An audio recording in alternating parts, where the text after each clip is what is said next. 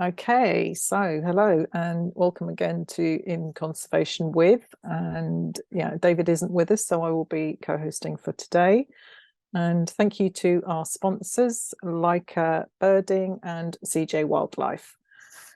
And yeah, so let's get going. And hello and welcome. And how are you both? And where are you?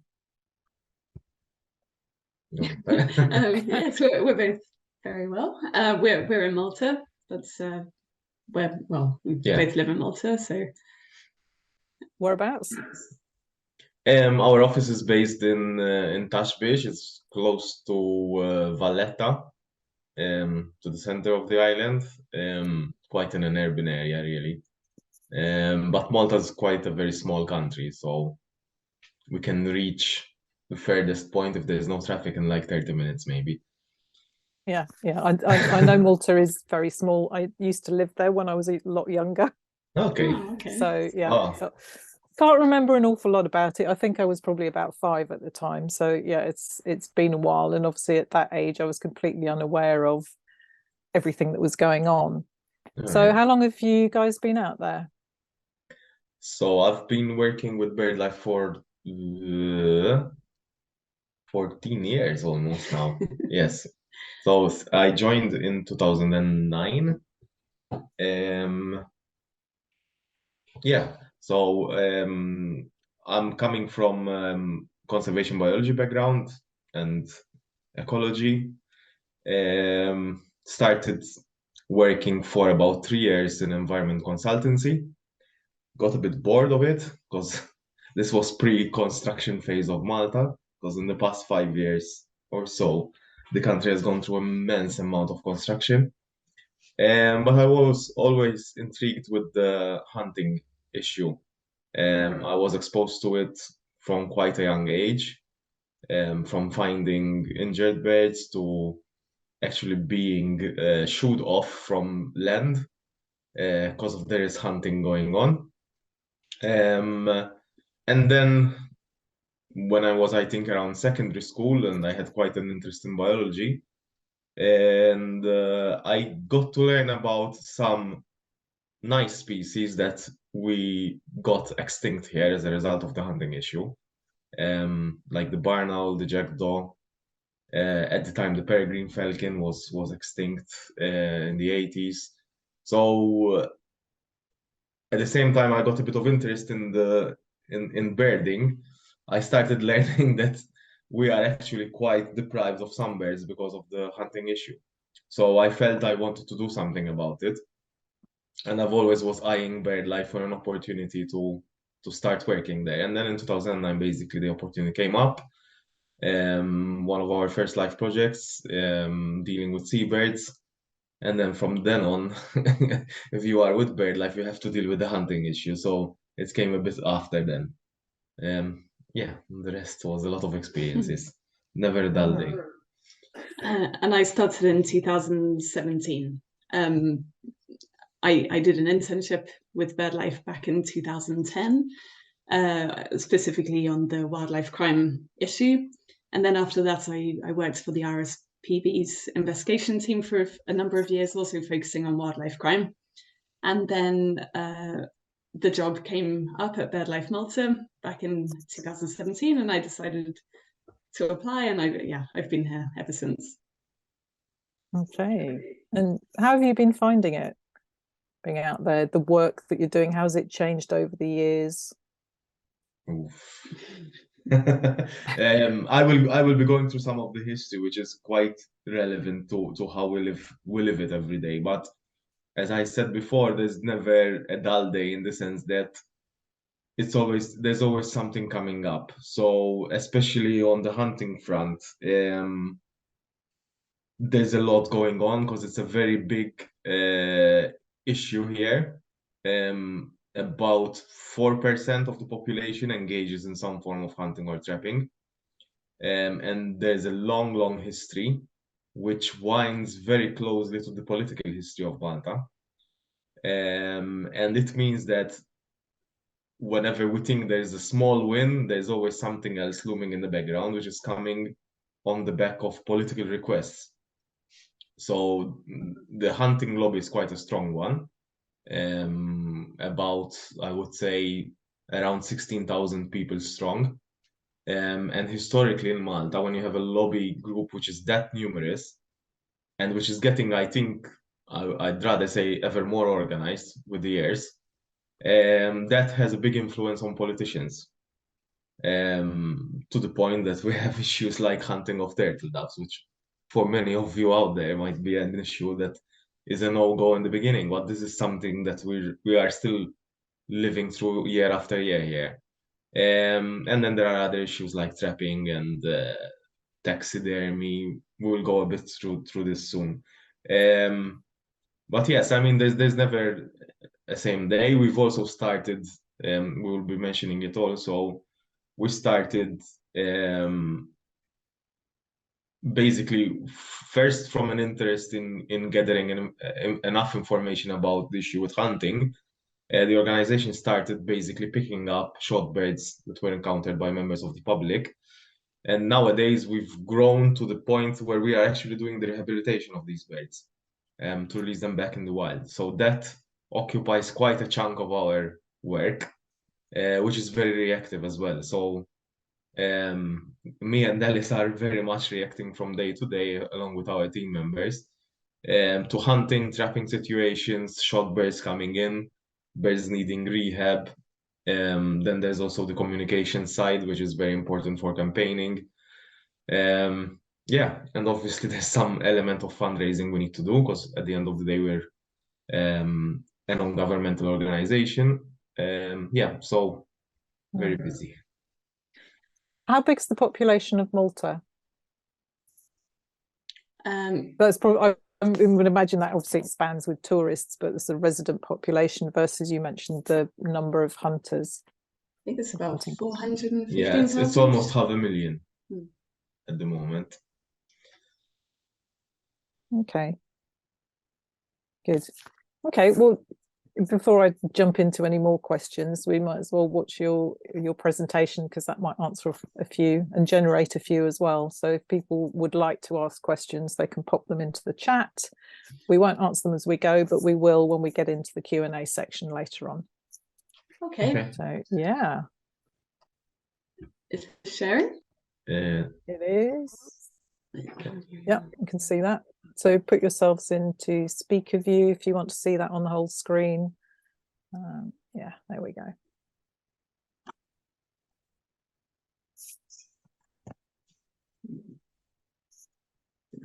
Back. 1 second. Oh. 1 second. Sorry. Can you see that?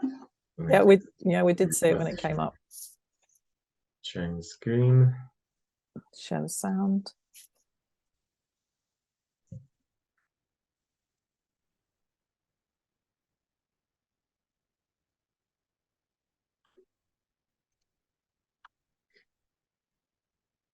Okay.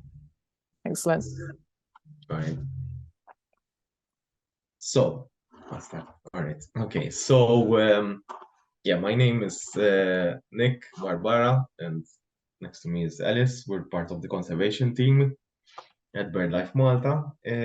What we are going to talk today is a bit more focused on what is up and coming in terms of a lot of work for us, which is the spring hunting season. And I'll explain a bit what we do actually and what we have been encountering. I'll be going a bit through the history of why we came to what we are experiencing now, which I think is very relevant for everyone to understand a bit the context. As an organization, we are part of BirdLife International, so we get quite a lot of support from our BirdLife International partners, even the RSPB from the UK side, and also especially we have a very useful office in Brussels, which deals with EU issues, and spring hunting is one of them. Yeah, we were mentioning about Malta, for those who are not familiar with it. It's the southernmost country in the Mediterranean. We're a very tiny group of islands, really, but like one is the main island where we live, in the middle of the Mediterranean. Quite a very densely populated island.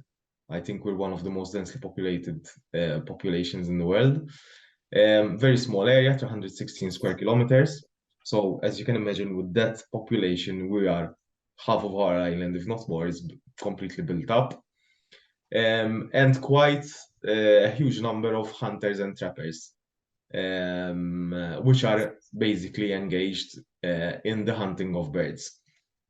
We calculate, yes, about 3 to 4% of the population is basically involved in some form of hunting or killing of birds.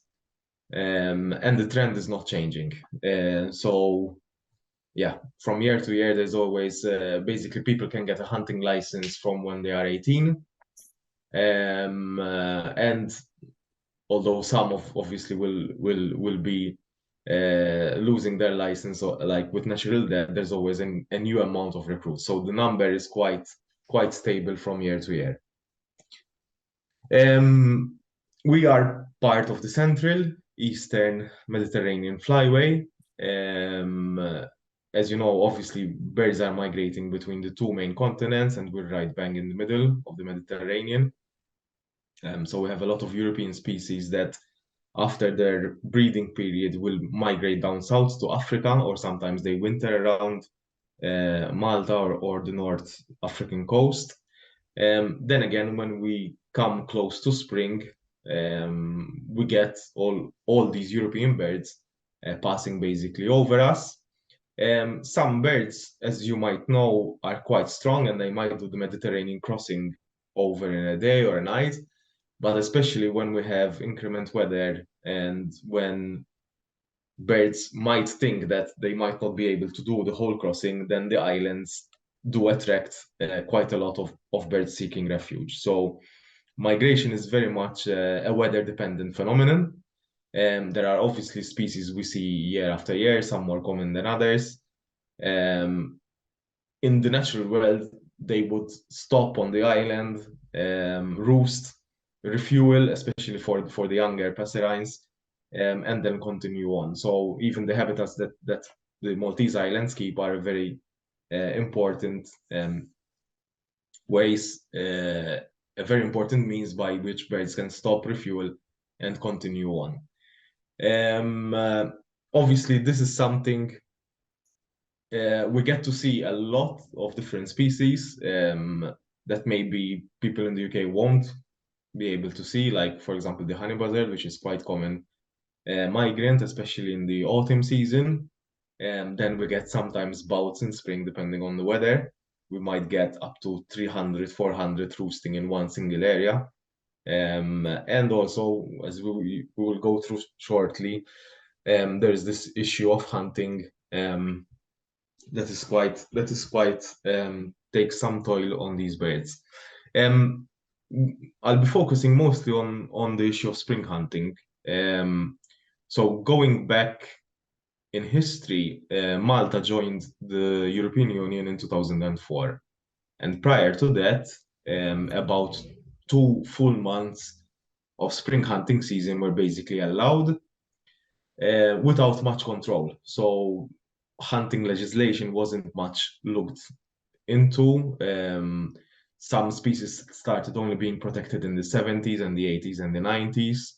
Prior to that, there was practically no control, no control over the numbers.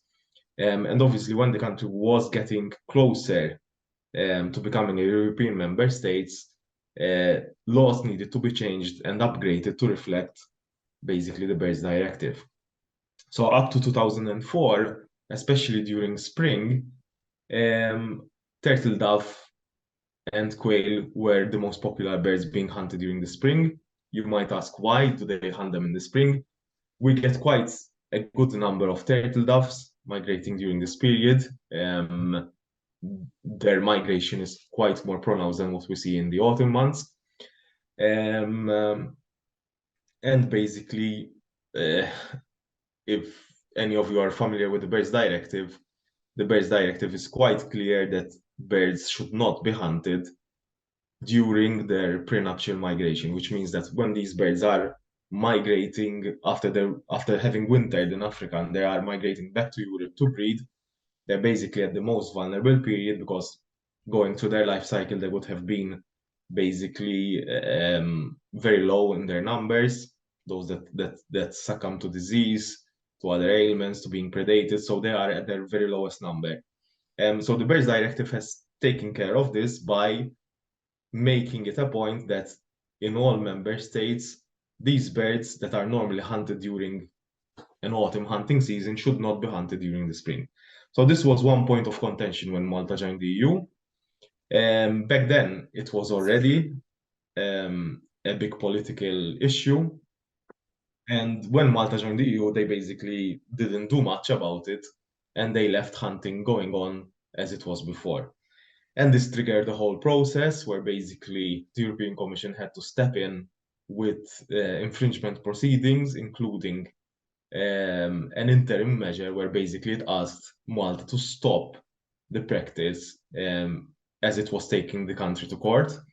And there was, as you can imagine, an uproar from the hunting community. We had protests in the street, vandalism. There was a lot going on. I wasn't with BirdLife at the time, but it was quite a vivid memory in everyone's mind, seeing the big protests in the capital in Valletta, where basically suddenly these people that were accustomed to having a full open spring hunting season without any limits, suddenly they had the European Union imposing that the season could not open.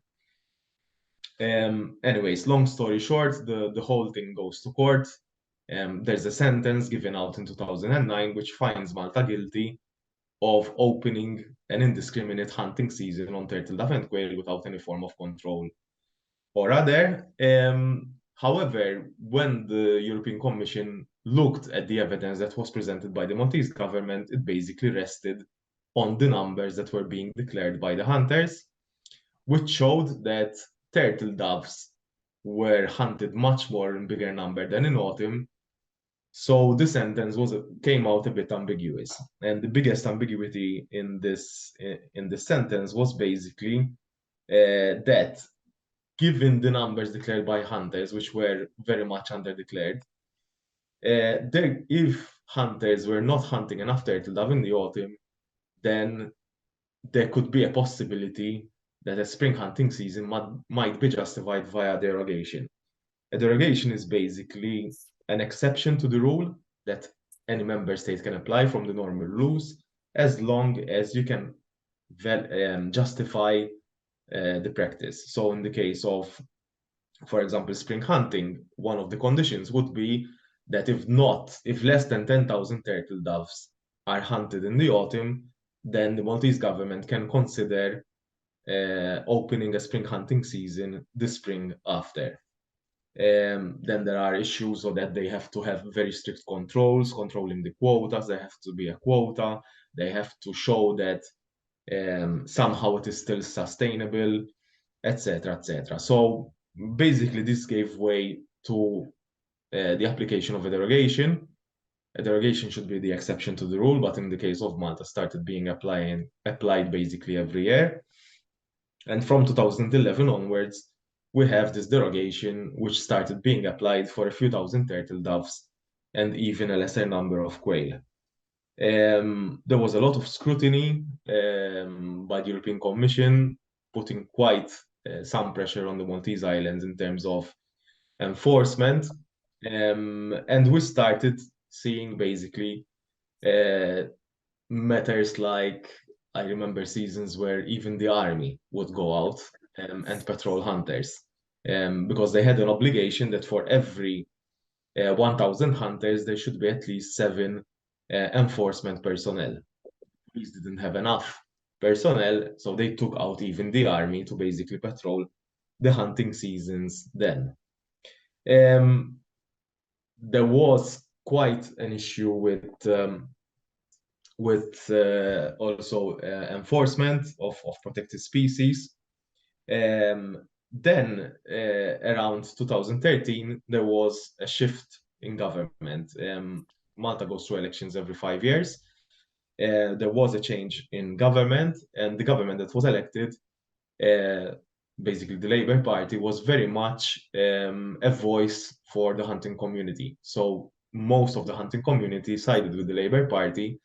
They got the government elected, they got the party elected to government, and this party obviously then had somehow an obligation to fulfill a lot of the requests by hunters.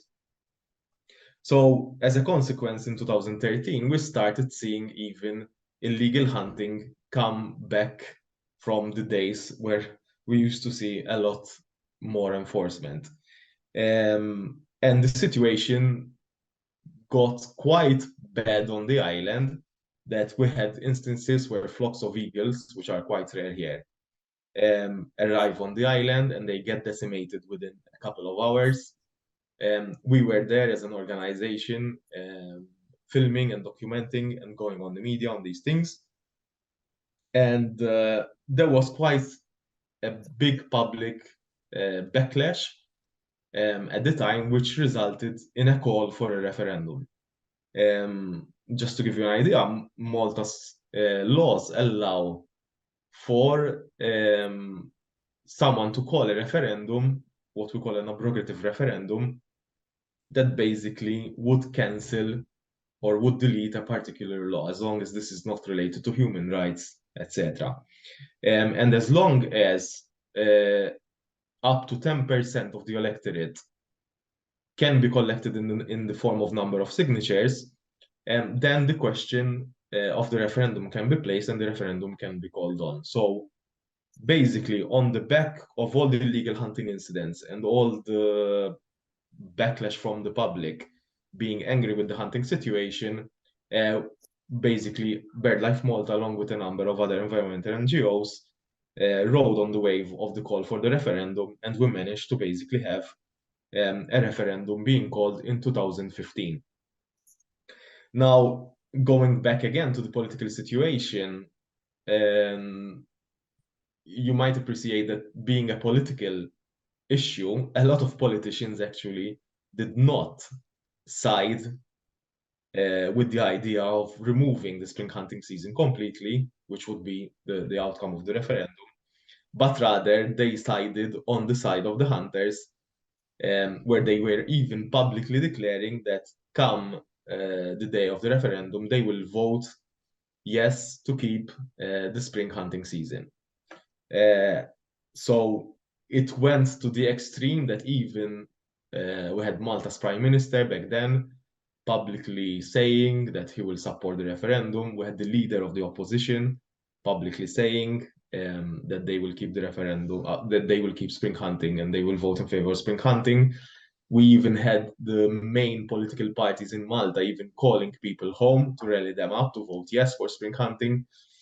And despite all this political wave against what we wanted, which would have been the abolition of spring hunting, we still managed to get quite a good vote, I would say,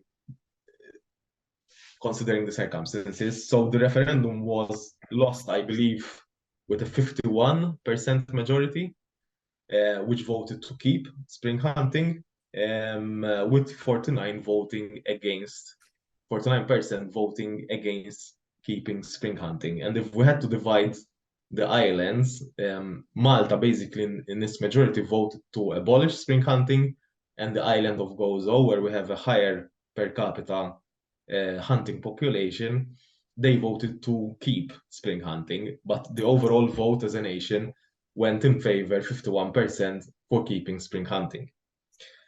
So it was quite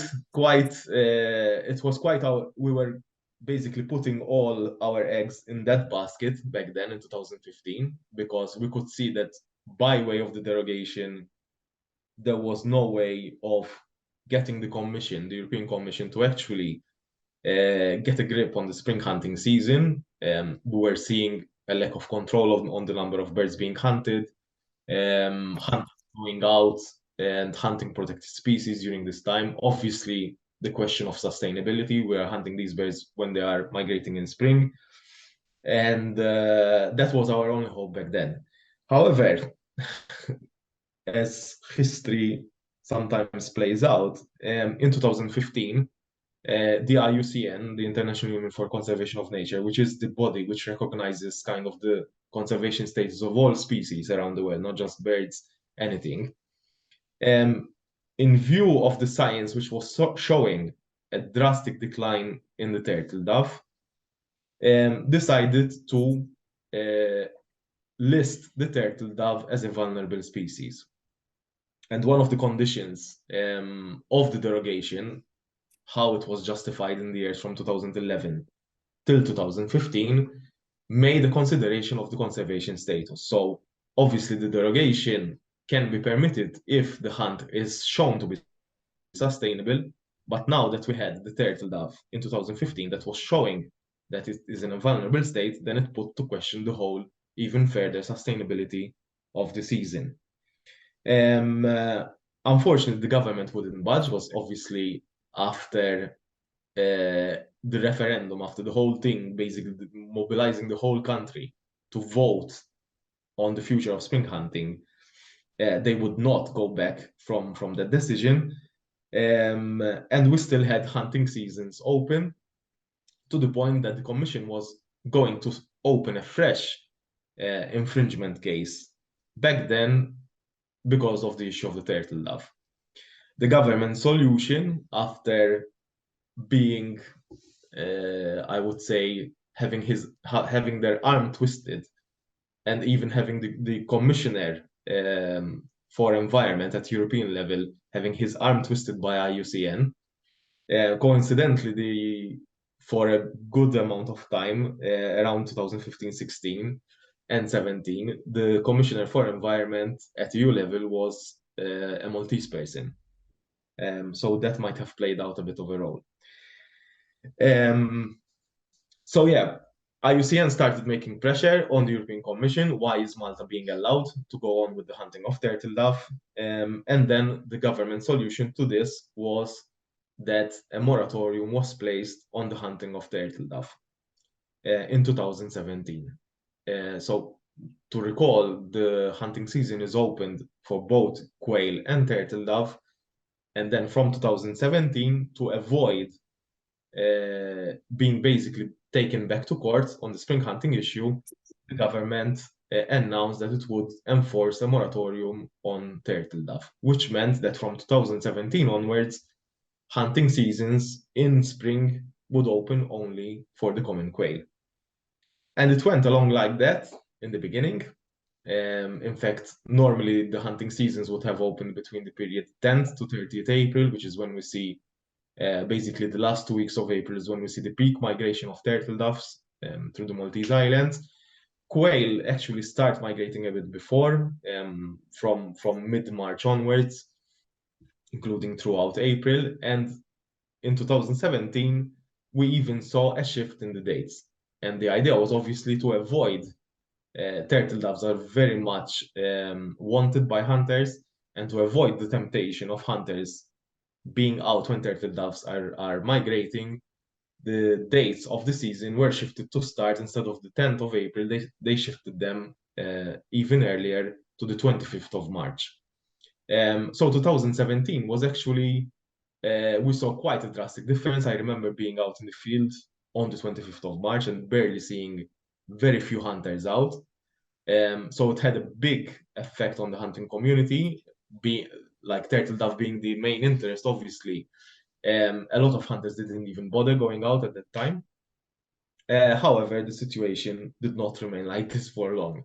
There was suddenly word that the moratorium is something and should be something temporary until we see that either the populations are not declining anymore as a result of Malta stopping hunting of turtle dove in spring, or if there is some sign of recovery of turtle doves, then it shows that it's okay kind of to go out and hunt them again in spring.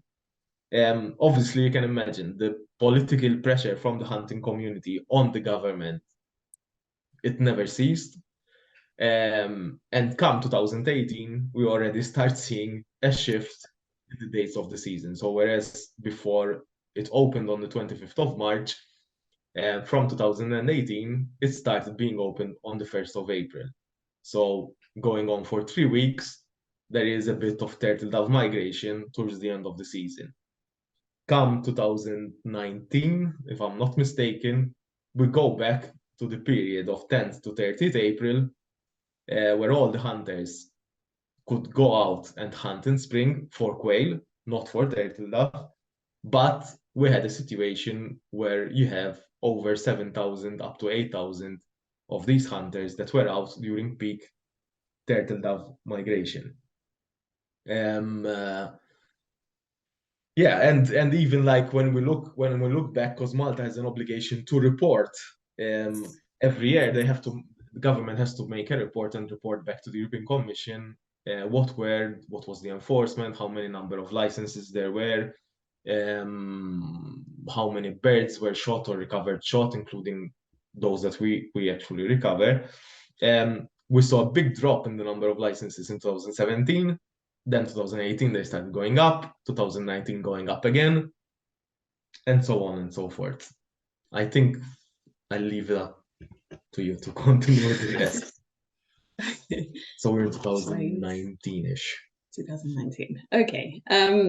Yeah, so as Nick was saying, between the years of 2019 and 2021, this is when the moratorium was still in place for the turtle doves. So only quail were legal to hunt, but they had shifted the dates back to target the peak turtle dove migration. And unfortunately, in 2022, the moratorium on turtle dove was lifted altogether. So this species came back as a huntable species, despite the fact that the conservation status of turtle dove has not improved. It's still vulnerable to extinction. Next, I have a slide. It shows a video which shows turtle dove electronic callers. I filmed this in 2021, so this is during the close season for turtle dove.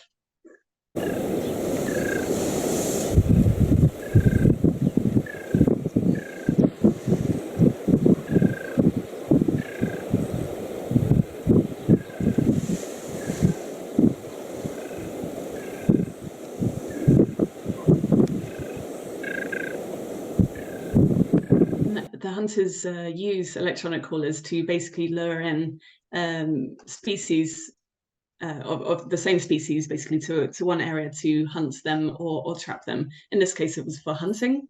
And last year, when the moratorium was lifted in 2022, we noticed a big increase in electronic callers for turtle doves. And these are illegal for the purposes of hunting. So just to give a bit the context, again, the political scenario comes a bit into play. So Malta went through another bout of general elections in 2022. So prior to 2022, we had the situation where basically the season was between the 10th and the 30th of April, but only quail could be hunted, even though hunters were out and about hunting turtle doves illegally. Also, I think during that period, I was looking at a few numbers. Very few people actually got caught by police hunting turtle dove illegally. The few cases that we got were basically those that were caught by us or by the Committee Against Bird Slaughter, who also operates during that period. And you can see that politically there is no motivation to kind of control the issue of hunting of turtle doves. Unfortunately, police, although they do their best sometimes, the whole political scenario puts them a bit into difficulty.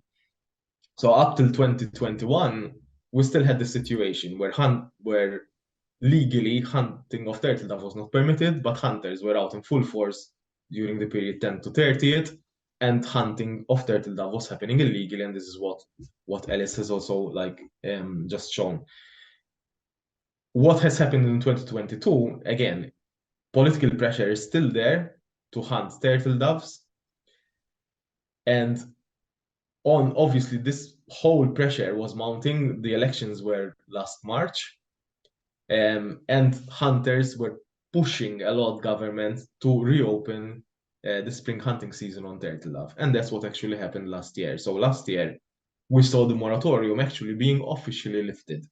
And although it did not return to a full hunting of turtle doves from the 10th to the 30th, we were hunting of turtle dove was only permitted between the 17th and the 30th of April. So going back, we're still the same 3 weeks, 10th to 30th.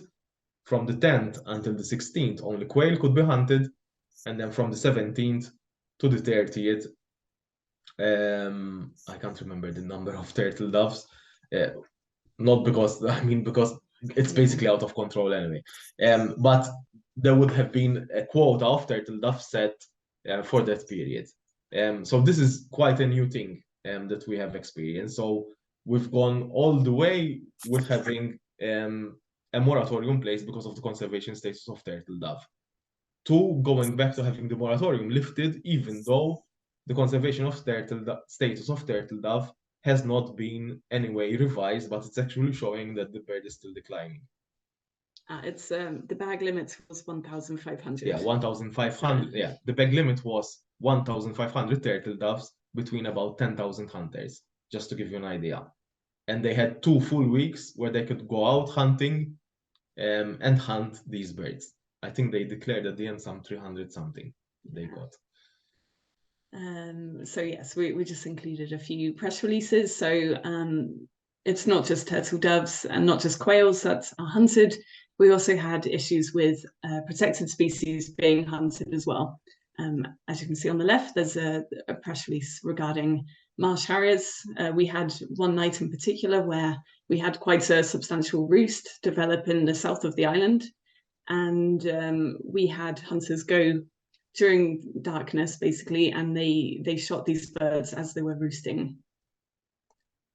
And again, more press releases just showing that it's not just turtle doves and quail, it's other protected species as well. This is a video, and this is of a turtle dove that was filmed, shot down last year. This was on the 16th of April. So one day before the season opened for turtle dove. My guy's about to, oh no, he's about to fire, I think. The guy with the, yeah, there we go, he's just shot. There, it's down. Okay, those screens over there. Yep, I saw it shot down. The guy with the blue card.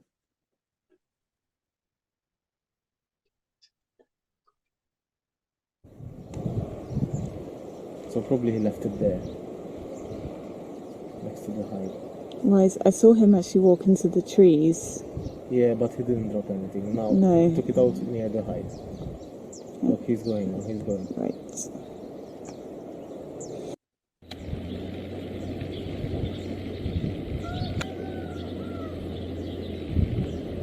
So for this incident, we called the police, and the police were actually able to find the hunter on site, and they checked his car, and they recovered that particular bird shot down. They found it dead in his car, and it was taken to the government vets, who did an X-ray on the bird, and they were able to confirm that that bird died as a result of being shot.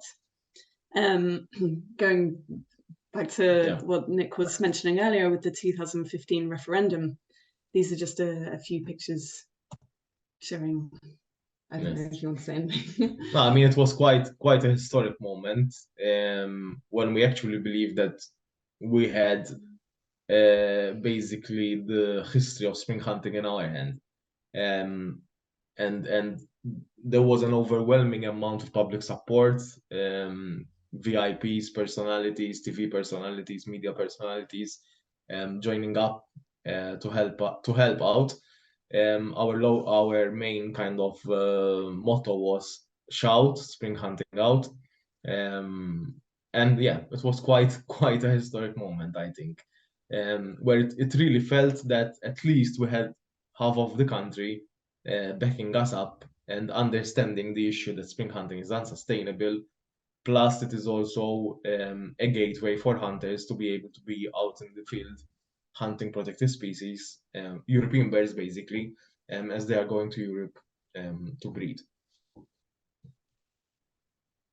Yeah, so the turtle dove is in decline, as we mentioned earlier, and these are a few of the other birds that we picked up last spring hunting. Well. Yes, this is all last spring. So we had this osprey. It was actually a tourist on Gozo who she was walking and she came across this bird. It's really rare for us to get ospreys handed into us because this is a species that's particularly targeted by hunters for taxidermy purposes. So this is not a bird that we get to handle very often. And as well as birds that we pick up in the field, we also see evidence of birds that have been shot at as well. So this is a hobby, and you can see that the feather is sticking up in such an unnatural way that this bird would only have developed this kind of look by basically being shot at and the lead pellets going through the bird's feathers. And in other cases, we have instances where it's much more obvious. So this is a grey heron, and you can see quite clearly that the leg is dangling in an unnatural way, and actually you can see there's some blood as well. And as Nick was mentioning earlier, we do run a rehabilitation centre now. So we have members of the public who, unfortunately, they do find birds like this, and they call us or they call the police. And these birds, if they're lucky, they get recommended to be rehabilitated. And it's also last spring. Yeah, this is last spring as well. This is a typical morning. Yeah, it's a typical morning for us. Like during the spring hunting season, we're basically all hands on deck, including the help of volunteers, and we would be picking up, I would say, 2 to 3, even sometimes 4 birds in a day. That would have been found by people either walking about. Normally in spring here, it's quite nice weather. Also, most of the time we have the Easter holidays coinciding, so there's a lot of families out in the field, and they do encounter birds. So we basically, even fueled by the demand, basically have a 24/7 emergency number that people can call on us. One of us would be on call, and then we actually attend to the shot bird or to the injured bird. We then document the evidence, as you will see now in this video. First of all, we're documenting this evidence as an evidence of illegal hunting, to also show it to the European Commission, to show how the derogation is actually being not enforced. And also we go through a process where basically these birds, there's a procedure between us and police. They all go to a vet, and although they might look obviously shot for us, there's a vet that diagnoses and certifies the injuries, and therefore this is an illegal hunting case. So this was, it was me and Ellis last spring, and I had this bird picked up from a town in Malta, from someone walking in the morning. So it's the 23rd of April. We're in Gargur after just recovering this bird that was found by a member of the public. It's a common cuckoo, which was found lying down on a country lane, and the bird seems to be having a broken wing with an injury evident under its right wing here. There's some blood, freshly shot this morning, and also some very evident signs of damage to the wings on the left wing feathers, which are the obvious signs normally when lead pellets fly through the bird's feathers. This is a protected species that is migrating at this time of the year, going up to Europe to breed, and it's another victim of this spring hunting derogation.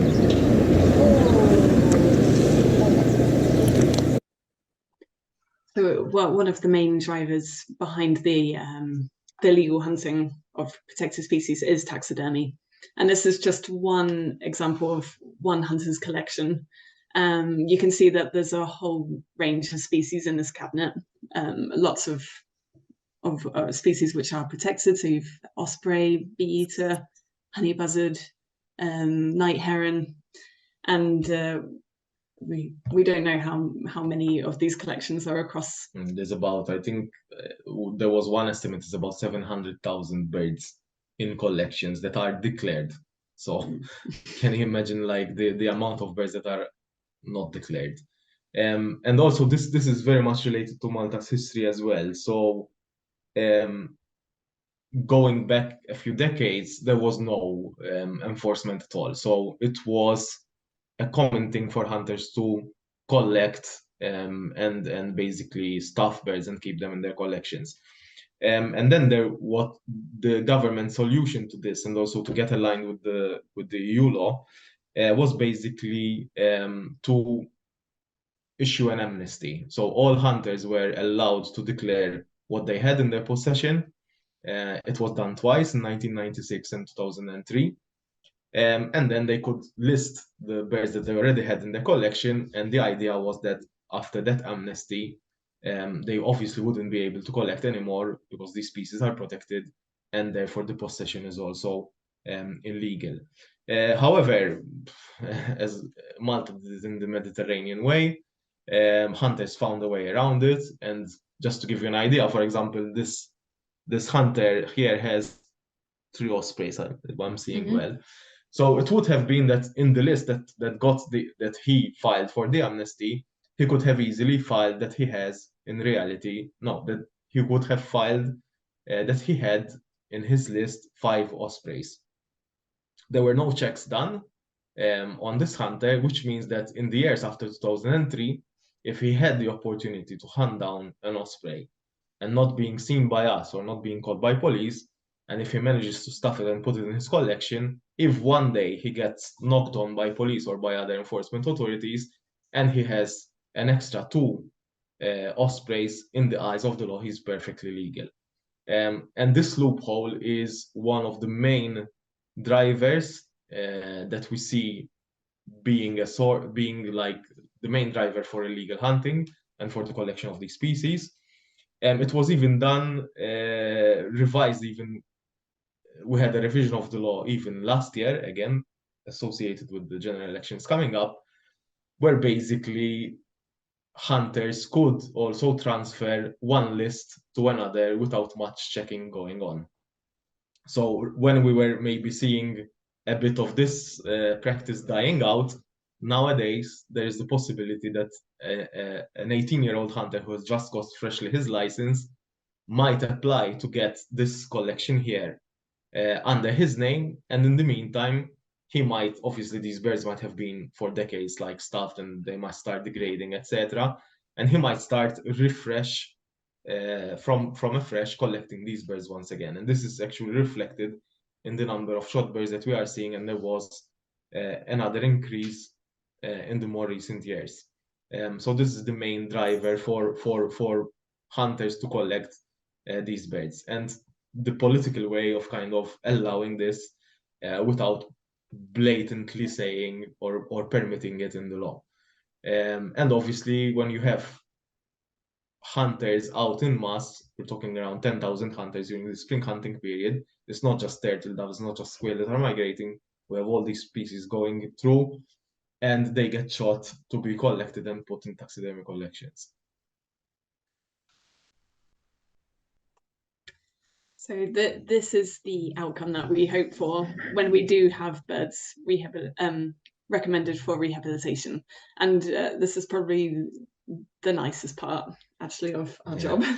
So once we are able to rehabilitate and release a bird, this is the best bit, getting these birds back into the wild and hopefully giving them the second chance back where they belong.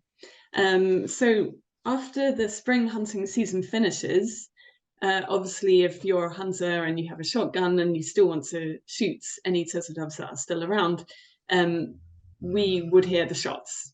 So actually quite a lot of hunters will switch to trapping instead. And this is a typical trapping site. So they have the clap nets on the ground. You might just be able to see them either side. And then they would have a trapping hide where the trapper will sit inside, and it's operated by hand basically. So when any birds land in the middle, the trapper will pull on the rope, and the nets will go over the birds in the middle.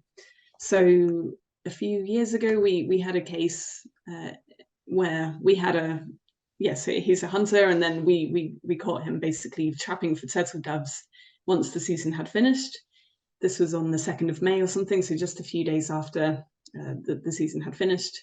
And the turtle dove decoys that were confiscated, they all had these hoods on their heads, and basically this is just to keep the birds calm. And then we called the police, and once they went to the trapping site that we reported, they actually found another turtle dove trapping site down in the valley, which we didn't even know about. So I think in the end they confiscated about 9 turtle doves or so, and we were able to ring and release these birds and get them back into the wild. You want to mention this? Yeah, okay. So luckily, because we were waiting for this for a long time, just last week, the European Commission took fresh action against Malta for actually opening and lifting the moratorium on turtle dove. So going back to refresh a bit, as I said, we had the moratorium in place because of the conservation of turtle dove. There was still the enforcement issue because hunters were still going out to hunt turtle doves, but illegally. But then, as of last year, the spring hunting season was again legal to hunt turtle doves. This did not go well down with the Commission because obviously it's a scientific fact that turtle doves are declining, and so therefore, in that scenario, a spring hunting derogation on turtle dove is not justifiable. And last year, we did our best actually to try and stop the hunting season from opening. We went to the local courts a few days actually before the season was going to open on the 17th. However, there was a bit of a glitch in the whole legal process and how we take it to court that basically still allowed the season to open. Then again, the European Commission, unfortunately, is not an institution that reacts very quickly to these scenarios. So only last week we got the news that a fresh infringement case is being opened on the actual hunting of the turtle dove. It's not actually a fresh infringement case. There was another one related to a lack of proper enforcement, and this one is an added kind of topic on the infringement. They gave the Maltese government 2 months. So 2 months would bring us to the 15th of April. So the Maltese government has until the 15th of April now to respond to the European Commission on whether they will be stopping hunting of turtle dove at all. My gut feeling is that that will not happen, judging by also other issues we have. Alice briefly mentioned trapping, but there's also another issue with the trapping of finches, where the government is actually going to the European Court of Justice for the second time on this issue, basically to allow around 4,000 trappers to trap and catch finches and keep them in cages. So when it comes to these scenarios, we have the government that basically keeps quite its position in favor of the hunting community and keeps kind of, as they market it, defending the hunters' position and the hunters' tradition of hunting turtle dove. So although we have this quite welcoming development from the European Commission, we still have to see what's going to be decided for this year. However, we don't have our hopes high that this will mean an end of spring hunting on turtle dove, at least in the coming 1 or 2 years. The likelihood is that if the government still persists in opening a spring hunting season for turtle dove, then the European Commission will escalate the infringement process. It will issue a second warning, and then it will give another particular time period until the government has to reply. The likelihood is that that won't happen still. And then by the third warning, then it goes to the European Court of Justice. And just this process can take up to 3 to 4 years, just to give you an idea. So in the meantime, turtle doves are still declining. Hunters are still going out hunting them without any particular control on the numbers that are being hunted. Yeah, so unfortunately, it doesn't really look very good for the turtle doves, how they are being treated from Malta. So we have a satellite tagging project on the turtle dove, And basically the purpose of the projects is to find out where the main source populations are for the species. And we've had birds go to Romania, Slovakia, Italy, and they've basically stayed there over the summer period, so we can be quite sure that these birds stayed there, they bred, and then they went back to Africa afterwards. We're going to tag more this year? No. Okay, no tagging this year. But basically the idea is that at least through this process we also understand the impact that hunting in Malta is having on European populations of turtle dove. Because obviously it has a significance if, for example, one of the populations that is also linked to Malta, and we know this through ringing records, is, for example, the German population, where the species has been red listed for quite a number of years. So you can imagine the impact that all these kind of German turtle doves are passing through Malta when the season is open. Then we are decimating these birds as they're trying to go to a country where they're actually doing conservation efforts to breed. As far as I know, and as long I know that's probably the question in a lot of people's minds, we don't have the link with British turtle doves. British turtle doves normally pass more towards the Western Flyway over Spain and Portugal. Still, we have quite a number of populations related to Central and Eastern Europe, which are also not doing very well. So we run a camp every year to basically it covers the April-May period, and it's called Spring Watch. It's been going on since I think 2007. And basically we invite volunteers to come over to Malta every spring and help us in the field, basically. So because we're a very small team and we have a lot of ground to cover, so we need the help of volunteers to help us cover as much ground, look for evidence of crimes, gather evidence using a camcorder usually, which we then pass to the police for further investigation, and hopefully this will result in a successful court case. So this is just an idea of what we do. So we have volunteers out with optics, camcorder scopes. So this is a typical kind of meeting setup. So we would gather every day to discuss what every team has seen during the previous evening shift and also the morning shift. And then hopefully we will be able to catch hunters who are doing illegal activities, and then we would liaise with the police and hopefully catch these hunters as well there and then.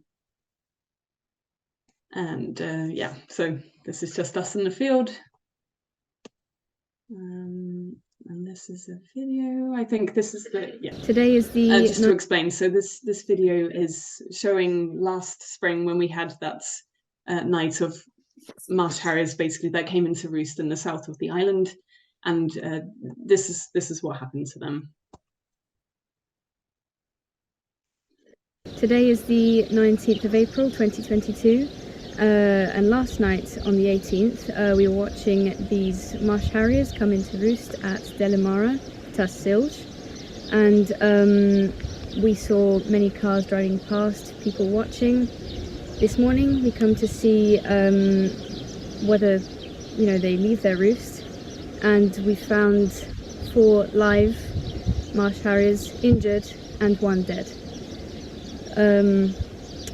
This is happening obviously because changes in taxidermy law mean that an embalmed marsh harrier can be exchanged between many different owners, and this hunting derogation in spring should allow for quail and turtle dove hunting only, not marsh harriers and not after midday.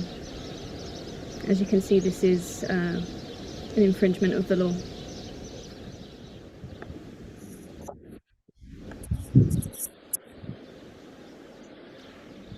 I wonder, do they hover around and is it because they're picky about where to roost?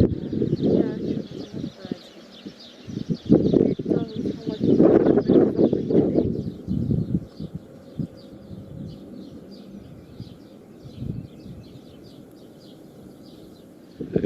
one's got a big chunk missing out of its tail.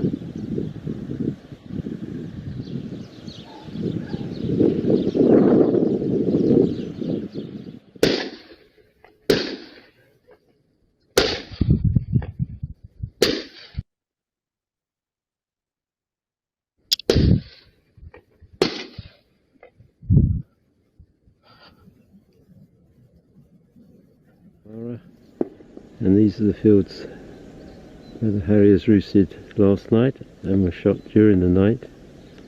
We found 5 birds here, 4 are still alive, 1 dead. We saw 10 leave. This is the valley, generally 5 from this area. And the police have arrived, collected the birds, and now are searching the fields for more birds.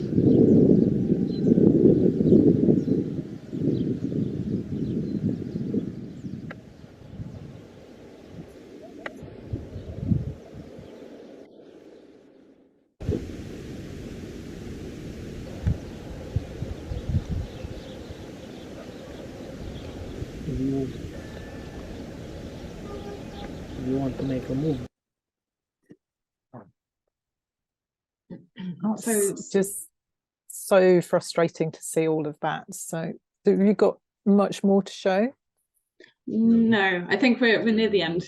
I was just going to say, of the 4 birds that were picked up alive, unfortunately only 1 of them was recommended for rehabilitation, and we actually took this bird to Sicily and we released it there. So to end, this is actually the end now. So to end on a positive, like the spring in Malta can actually be really nice as well. So we see lots of nice species up in the spring, and really colourful species as well that you wouldn't really see in the UK. So bee-eaters, golden oriole, pallid harrier, and yes, actually this is the last slide. So through the rehabilitation work we do, we get to see lots of species up close. We get into contact with lots of species that we've never rehabilitated before as well. And last year was the first time where we were successfully able to release bee-eaters back into the wild. So this is the video showing it. So it's the 20th of May, and today is a special day for us because we are releasing 2 bee-eaters, which is the first time we've ever rehabilitated this species. And the one I have is it's a male bird, and it's been with us since September. It came in with a broken wing, and it's been under our care since then. And the other one. And the bee-eater I'm holding, this is a female. This was picked up on the 25th of April this year from Burmarad. And this bird was just found weak, basically. So after a few weeks in our care, this bird has now regained strength, and it's ready to be released as well with this bee-eater. So we're gonna release them together. They are social birds, so they migrate in flocks. We're just at the end of their migration season, so hopefully they will go on and continue to migrate to Sicily. And we'd like to thank obviously the people who handed over these birds to us to be able to do the rehabilitation of these birds. And also it's been quite a learning process for us to be able to rehabilitate this species and be able to release it in the wild. So we thank a lot all the people who are supporting us in this work.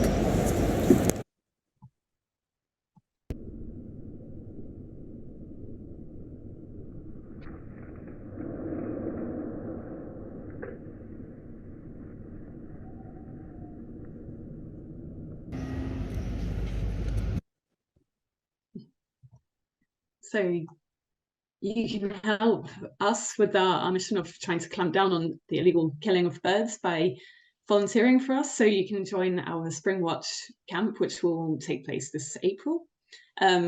Alternatively, if you don't want to come to Malta, or you can't come to Malta, you can become a member of BirdLife, and you can make a donation, or yeah, that's very useful as well for our campaign. Thank you for listening. Oh, brilliant. Thank you for that. It's just, as I said, it's just so frustrating to see that. And I mean, firstly, thank you for all your work and what you do on trying to protect the birds.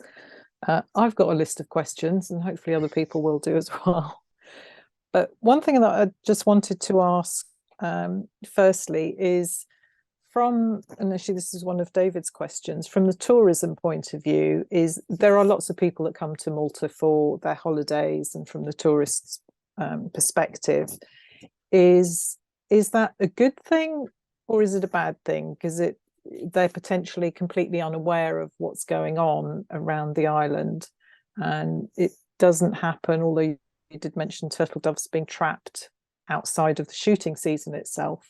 So what is the best way that tourists can support that, what's happening in Malta, by avoiding it, which is one of the things that we kind of get here is, oh, don't go to Malta because, or actually does it help the situation by having tourists come out there? You want to? Okay. So we do have a lot of tourists that come to Malta and leave Malta still oblivious to the situation that happens here. Unless you go into the areas where there's countryside, and even if you do go to areas with countryside, I still think a lot of people don't recognise all the signs of hunting and trapping. So, for example, one of them could be you could see trees with cans lined in the trees, and the cans are there purely for hunters to rattle the cans, make noise, and scare birds out of the trees. And I'm always quite surprised when I talk to people about the cans, how many people didn't even notice they were there, or they just didn't know what they were for.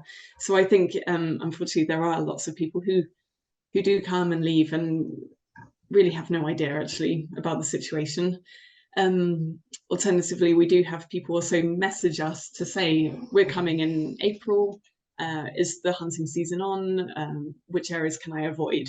So we do have people who also want to actively avoid areas in case they're worried about getting into conflict or confrontation with hunters and trappers. So we also get tourists who actually do come across, and being kind of ignorant of the Maltese kind of country code, they might easily trespass into hunting areas and suddenly be very surprised.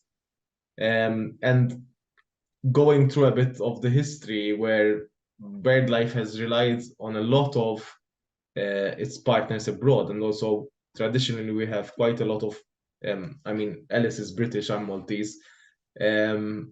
We're also quite a mixed nationality in terms of the organization, and especially the volunteers that come from abroad. Normally, when a kind of foreigner is seen out in the countryside in a hunting area, it gets quite a reaction from hunters. But at the same time, it has been quite often the situation where actually tourists who come here do complain to the Malta Tourism Authority, do complain to the minister, to the Prime Minister. They write about it. And we very much think that if this would happen a bit more often and a bit more frequently, it would trigger a bit of a change in the way, even from the tourism side of things, how Malta is portrayed. Obviously, hunting does tarnish the reputation of Malta, and obviously we're not going to be silent about it, because this is what's happening, and we need to talk about it, and we need to raise awareness about it. So I think it also depends on the type of tourist. As Alice mentioned, there are a lot of tourists who come here for the sun and the sea, and if you stick around to the sun and the sea, it's very unlikely that you are going to encounter hunting. But if you are the kind of adventurous type that would go for a nice hike or trek, then pretty much you'll find it in your face. And this is where obviously we even get tourists actually finding shot birds here. So if a visit to Malta coincides during that period, then yes, I would say they're going to encounter a lot of it. Okay. Well, again, thank you very much, guys, for your talk. It's been absolutely brilliant. And there are more coming up in the In Conservation With series, which is, we've got Karen Baker on Thursday the 2nd, Kegi Carew on Tuesday the 28th, and Nick Aitchison on the 30th of March. So if you would like to listen in or watch any of those, thank you, David. then you can find out more about those webinars, the ones that we've had before, and also about becoming an Urban Birder member, as we will go into the Q&A. And just before we do go, I will ask you two guys a quick couple of questions. What is your favourite bird?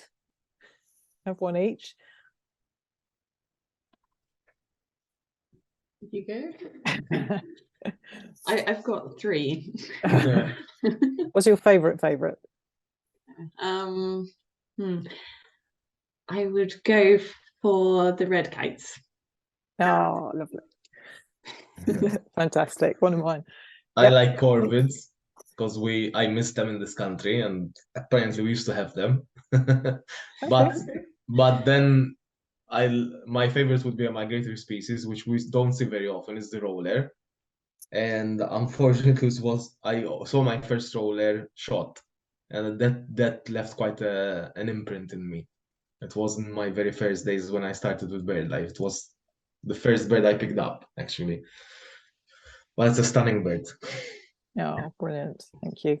And if you could be anywhere in the world, where would you want to be? Right now? Yep, right now. I'd say Puerto Rico. Okay.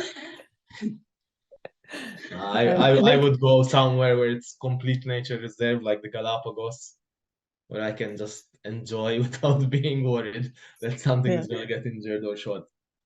Oh, brilliant. Well, thank you very much, guys. And thank you for your time. And thank you, everyone else, for tuning in. And David, hope you get better soon. And don't forget, keep looking up.